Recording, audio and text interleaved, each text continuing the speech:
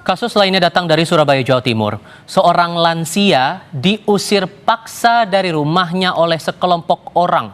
Dugaan penyerobotan lahan pun mencuat karena korban merasa tidak pernah melakukan transaksi jual beli atas rumahnya. Ini Bapak juga kan harus tahu. Ibu, Nah, iya, saya sudah dengan baik-baik. Lah iya.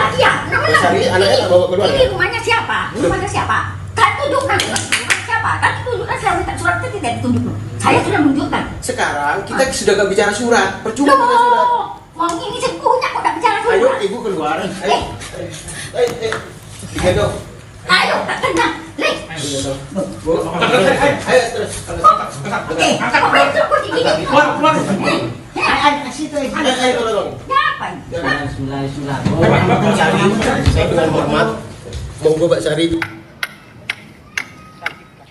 Video amatir yang Anda lihat tadi menunjukkan saat seorang nenek menjadi korban pengusiran paksa dan kekerasan fisik oleh sekelompok orang. Rumahnya siapa? Rumahnya siapa? Peristiwa terekam di Dukuh Kubukan nomor 27 Kelurahan Lontar, Surabaya, Jawa Timur. Mereka memaksa nenek Elina keluar dengan dalih lahan itu telah berpindah tangan kepada seseorang bernama Samuel. Nenek Elina dipaksa keluar hingga mengalami luka serius pada bagian wajah, bibir, dan lengan.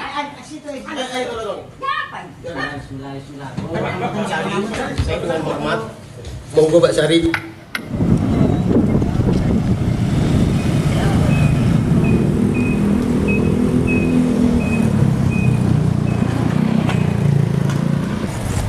Kini rumah nenek Elina sudah rata dengan tanah.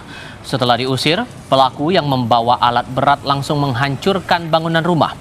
Selain perusakan, barang-barang berharga serta dokumen penting milik nenek Elina ikut diambil.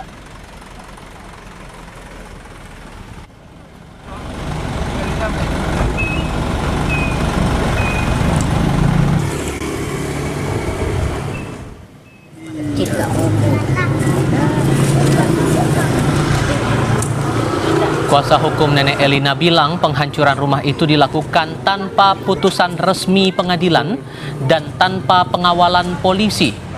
Rumah telah dihuni nenek Elina sejak 2011. Selain merobohkan rumah, mereka turut mengangkut semua barang dan seluruh isi rumah.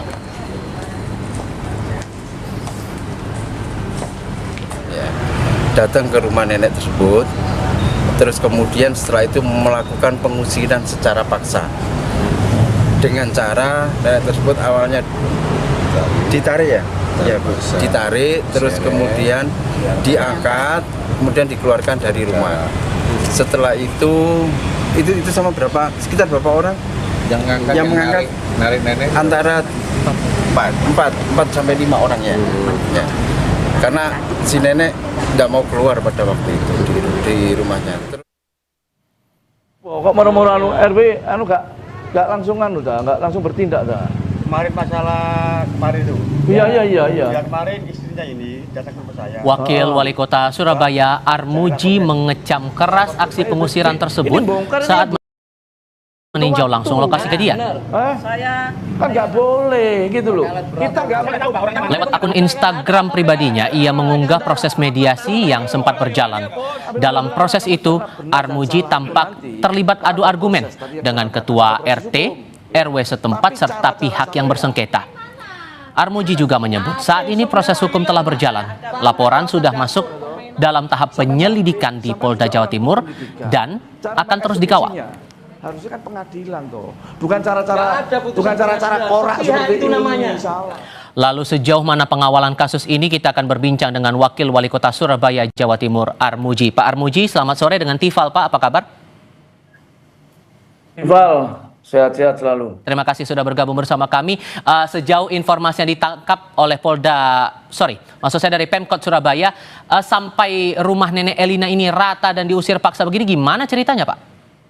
Ya, jadi sedikit saya akan cerita kronologi bahwa pada tanggal 4 Agustus 2025 ini rumah nenek didatangi yang namanya Samuel dan segerombolan orang yang tentunya itu juga ada suruhan Samuel.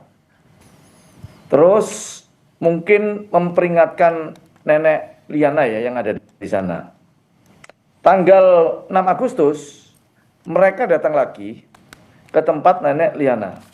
Samuel dan gerombolan orang-orang yang seperti terlihat dan terekam di dalam video itu. Mereka langsung mengusir nenek Liana. Dipaksa untuk keluar rumah. Katanya Samuel bilang rumah tersebut sudah dibeli dari yang namanya Elisa. Elisa ini adalah kakak atau saudaranya nenek Liana yang sudah meninggal. Maka setelah nenek keluar dari rumah tersebut, bahwa selang berapa hari kemudian mereka mengosongkan rumah nenek itu dengan menggunakan alat berat. Tentunya pengosongan itu segala barang-barang yang ada di dalam rumah nenek, baik itu barang rumah tangga maupun dokumen-dokumen resmi seperti sertifikat, mungkin ijazah, ada cucu-cucunya nenek, karena nenek di sana itu adalah mereka yang orang yang belum menikah sampai umur 80 tahun. Dengan 4 saudara, 3 saudaranya juga belum menikah tapi sudah meninggal semua, tinggal nenek seorang diri. Artinya saya begitu ngobrol dengan saudaranya nenek, nenek ini punya warisan yang banyak. Bukan cuma yang sedang disengketakan di sana. Warisannya masih banyak. Dan itu terbukti mereka menyimpan sertifikat yang sekarang ini hilang, dirampas oleh kelompoknya Samuel CS. Oke, sorry saya potong Pak. Saya mau butuh penegasan. Si Samuel ini ada hubungan apa dengan nenek Elina ini? Sudahkah Anda mengetahui informasi itu? Samuel itu katanya yang membeli dari lahan yang diakui sama mereka, sama Elisa. Jadi mereka mengakui sudah membeli rumah nenek atau lahan dan rumah nenek yang ada di Kubuan Sambikirep sana. Oke, dan setelah Anda menelusuri, kemudian sudah ketahuan ada video seperti itu, Anda coba menelusuri ke sana, sempat mengecek lokasi, sempat ada adu argumentasi, itu argumen apa yang muncul dalam perbincangan Anda saat itu, Pak? Saya berargumentasi bahwa dengan nenek seorang diri, mereka seorang ibu yang berusia 80 tahun, dengan jalan yang sudah ya agak membongkok seperti itu, maka saya langsung pertanyakan kepada RT RW setempat, apakah tidak ada pembelaan dari warga sekitar? Karena mereka di sana adalah mengeroyok, menggeruduk, atau mereka bersama-sama Samuel CS ini. RT RW mengatakan mereka katanya sudah melakukan komunikasi. Tapi kan nggak mungkin. Saya sangat heran. Jadi ketidakmawankan diri, tidak ada empatinya RT RW yang di sana maupun masyarakatnya terhadap nenek tersebut. Ini saya marah. Saya sempat benar-benar melakukan hal yang menyempok pada RT RW yang di sana. Soal itu rumah bersengketa atau lahan masih bermasalah yang diakui oleh Samuel itu adalah hak miliknya. Nah, tapi yang kita kecam adalah tindakan yang brutal.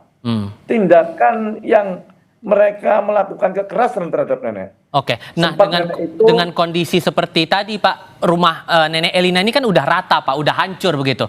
Solusi yang ditawarkan Pemkot kepada nenek Elina ini gimana? Jadi kemarin kita datang ke sana, Nek sekarang tinggalnya di mana? Kalau memang nenek belum punya tempat tinggal, kita akan mengusahakan tempat tinggal. Tapi nenek sudah bersamai dengan saudaranya, ibu-ibu yang peduli dengan nenek di situ, masih ada ikatan saudara. Jadi kita masih memantau kasus ini dan mengawal sampai nanti Polda Jatim bisa memberikan satu penjelasan secara gamblang dan jelas. mungkin saya berasumsi bahwa Anda sempat berkomunikasi dengan Nenek Elina. Apakah sepengetahuan Anda atau sepanjang komunikasi Anda dengan Nenek Elina atau mungkin kuasa hukumnya, apakah ada komunikasi antara pihak yang namanya Samuel dengan pihaknya Nenek Elina secara langsung soal sengkarut ini? Ya, tanggal 4 dan tanggal 6 itu mereka mendatangi Nenek Elina untuk mengusir, untuk mengeksekusi, pemberitaannya seperti itu. Oh, langsung Jadi mengusir ya, Pak? Langsung mengusir, tanggal 6-nya langsung mengusir mereka ini. Soal proses jual beli dan semacam itu sama sekali tidak ada? Pengakuan Nenek Elina, mereka tidak pernah menjual. Ya, pengakuan Nenek Elina, mereka tidak menjual lahan maupun rumah tersebut. Tetapi pengakuan Samuel, mereka membeli ke Elisa itu pada bulan Agustus 2024. Tapi begitu mereka disuruh nunjukkan sertifikat maupun alzaknya pada saat si pengacaranya Nenek Elina, mereka juga belum bisa menunjukkan. Waktu ketemu saya, mereka juga belum membawa surat maupun bukti-bukti kepemilikan atau jual beli. Oke. Saya tidak berfokus pada itu, tapi saya itu benar-benar sangat empati terhadap Nenek Elina, seorang diri yang 80 tahun itu. Mereka dipaksa dan dikeroyok dengan begitu banyak orang. Ini kan tidak manusiawi. Oke. Tadi Anda sempat singgung bahwa dari pihak lingkungan kediaman Nenek Elina ini tidak memberikan respon apapun saat Nenek Elina diusir dari rumahnya. Apakah sebelum ada eksekusi itu, Pak, dari pihak RT RW sempat melakukan mediasi antara Nenek Elina dengan masalah lahan ini?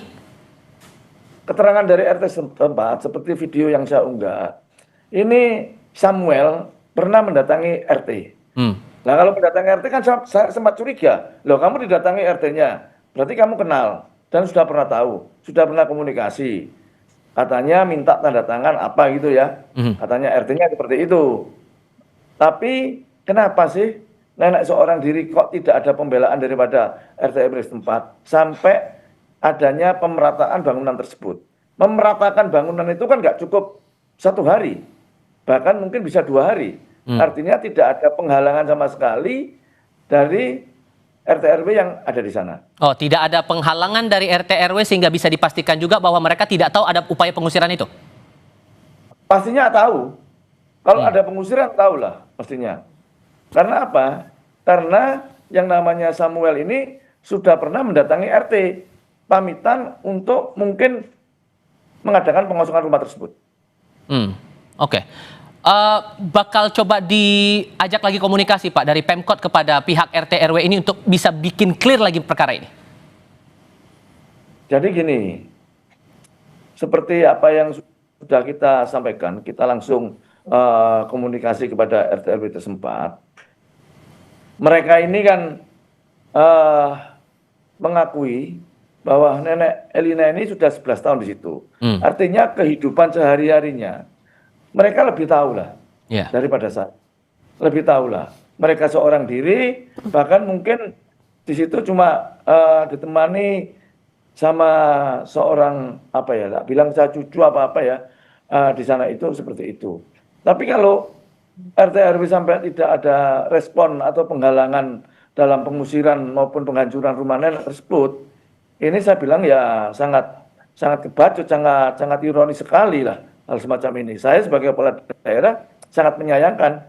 Ini sehingga bentuk pendampingan apa yang diberikan oleh Pemkot Surabaya kepada Nenek Elina ini, apakah bentuk pendampingan hukum juga akan dijalankan sampai kemudian clear masalah ini, Pak?